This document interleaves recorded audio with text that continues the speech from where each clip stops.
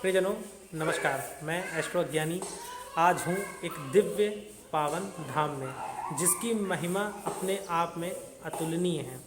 मैं हूँ भगवान शिव के एक ऐसे पावन धाम में जिसके लिए कहा जाता है यहाँ आज भी अश्वत्थामा भगवान शिव का जलाभिषेक करने आता है। और ये बात बिल्कुल फैक्ट है।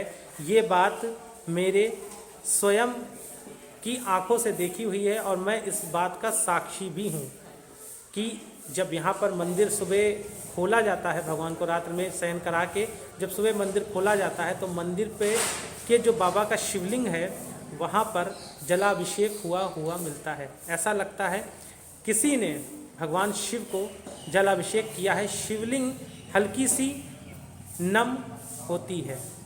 जी हाँ, अपने आप में ये अनुपम है।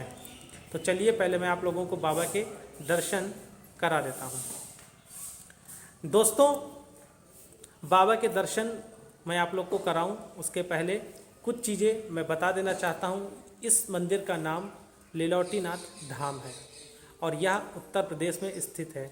मेरे लिए यह हमेशा से बहुत पावन स्थल रहा है। मैंने बहुत पूजन अर्चन यहाँ पर संपन्न किए हैं और बाबा की कृपा से बहुत सारे मनोरथ भी सिद्ध हुए हैं। तो आप लोग अगर आसपास के हैं या आप लोग इस पावन स्थल पे आना चाहते हैं तो आप लोग भी एक बार दर्शन बाबा के अवश्य करें। तो मैं सर्वप्रथम आप लोगों को बाबा के दर्शन करा देता हूं। आप लोग भी दर्शन करके अपनी मनोकामना भगवान शिव से पूर्ण करने के लिए कहिए, क्योंकि ये दिव्य स्थल सच में अपने आप में अतुलनीय है। तो चलिए चलते हैं बाबा के दर्शन की तरफ।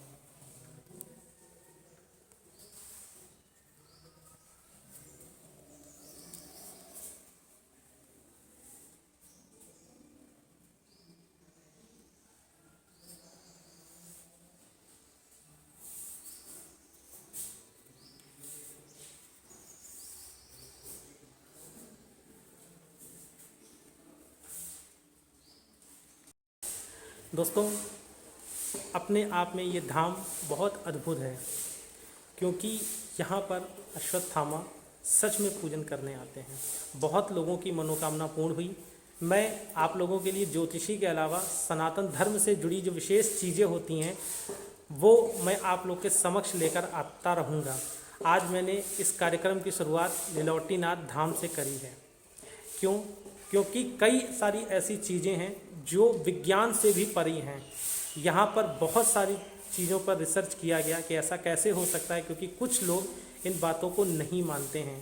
परंतु आज भी भगवान शिव यहाँ पर कहते हैं कि व्याप्त हैं और अश्वत्थामा यहाँ पर दर्शन करने के लिए, भगवान शिव का जलाभिषेक करने के लिए आता है।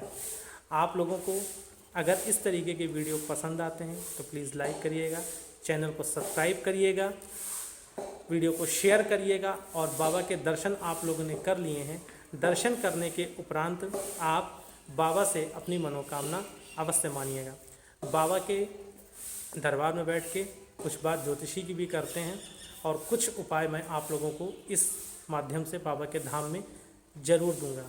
दोस्तों, आज बात करते हैं कुछ अनुभूतपूर्व की, जो उपाय अपने आप में अद्भुत होते हैं और कारगर होते हैं।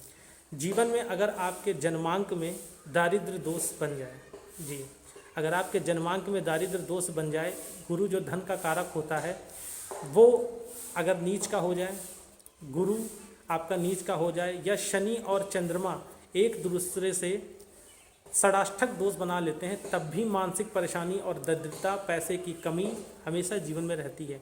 ऐसी स्थिति में आपको क्या करना चाहिए? तो बाबा के दरबार में बैठ के आप एक अतुलनीय उपाय लीजिए। एक बेलपत्र जो कि कहीं से भी विखंडित ना हो, संपूर्ण बेलपत्र, उसकी बीच वाली जो पत्ती होती है दोस्तों, उस पर गुलाब का इत्र लगाइए और वो चिकनी तरफ से आपको लगाना है। और वो बेलपत्र ऐसी 11 बेलपत्र आपको तैयार करनी है और वो 11 बेलपत्र आपको भगवान शिव को नमामि शमीशान निर्वाण रूपम विभुम व्यापकम ब्रह्म वेद स्वरूपम अर्थात रुद्राष्टकम बोलते हुए अर्पित करनी है। दोस्तों, ये उपाय अगर आपके जन्मांक में चंद्रमा 6 से शनि षडाष्टक है, छठे आठवें हैं या गुरु नीच का बैठा है, इस उपाय को जरूर करिए। गुरु की महादशा चल रही है, शनि की महादशा चल रही है, चंद्रमा की महादशा चल रही है, चंद्रमा से गुरु षडाष्टक बैठा है, तो ऐसी स्थिति में आपको ये उपाय जरूर करना चाहिए। एक दूसरा अद्भुत उपाय मैं आपको देना चाहता हूँ भगवान शिव के इस पावन धाम से।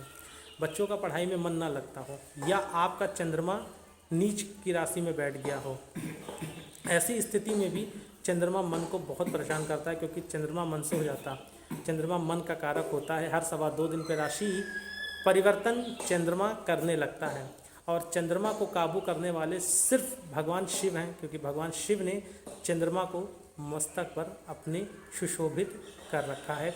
चंद्रमा का उपाय भगवान शिव ही कर सकते हैं, भगवान शिव ही दे सकते हैं, क्योंकि भगवान शिव योग में लीन रहते हैं और आप योग में तब तक लीन नहीं रह सकते जब तक आपका चंद्रमा, आपका मन आपके कंट्रोल में नहीं होगा। तो यदि आपका चंद्रमा वृश्चिक राशि का बैठा है या आपका चंद्रमा गुरु से छठे आठवें है, ये एक बहुत बुरा दोष, षडाष्टक दोष माना जाता है, सकट दोष माना जाता है। गुरु से चंद्रमा जब छठे आठवें होता है तो कैसा कहते हैं, ऐसा व्यक्ति, ऐसा जातक जीवन में सब कुछ प्राप्त कर भी एक बार खो देता है। बहुत से लोगों के ऐसी जन्मांक में, जैसे बिल गेट्स या इंदिरा गांधी जी को देखा जाए, अगर चंद्रमा मकर राशि में बैठ जाता है तब भी बहुत कष्ट देता है। इसलिए मकर राशि वालों के लिए भी कहा जाता है कि ऐसा जातक जीवन में एक बार सब कुछ पाकर खो देता है। तो ऐसी स्थिति अगर आपके जन्मांक में है, चंद्रमा वृश्चिक राशि में बैठा है, चंद्रमा गुरु से छठे आठवें है, चंद्रमा शनि के साथ बैठा है विषदोष में, चंद्रमा राहु के साथ बैठा है, तो ऐसी स्थिति में आपको किसी भी सोमवार के शुक्ल पक्ष का सोमवार होना चाहिए, उस सोमवार से आपको भगवान शिव को गंगा जल में थोड़ा सा सफ़ेद चंदन डालकर और बेलपत्र और मदार के सफ़ेद पुष्प, जी हाँ, बेलपत्र एक और मदार के सफ़ेद पुष्प डालकर आपको भगवान शिव को अर्पित करना चाहिए।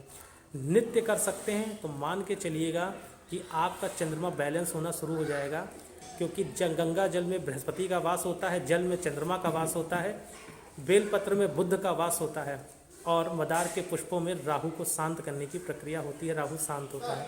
तो आप इन चीज़ों को बैलेंस करेंगे। मैं ज्योतिषी आप लोगों के जानते हैं कि तर्कों के आधार पर करता हूँ, तो आपको ये उपाय ज़रूर करना चाहिए। तो दोस्तों, इन 2 उपायों को अपनी लाइफ में उतारिए। कोई दिक्कत अगर इनसे रिलेटेड है तो ज़रूर करिए।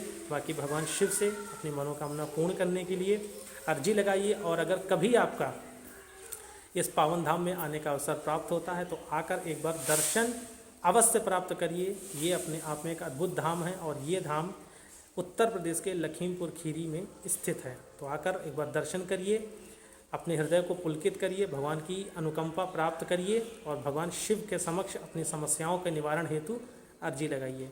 जय भोले, जय श्री राधे।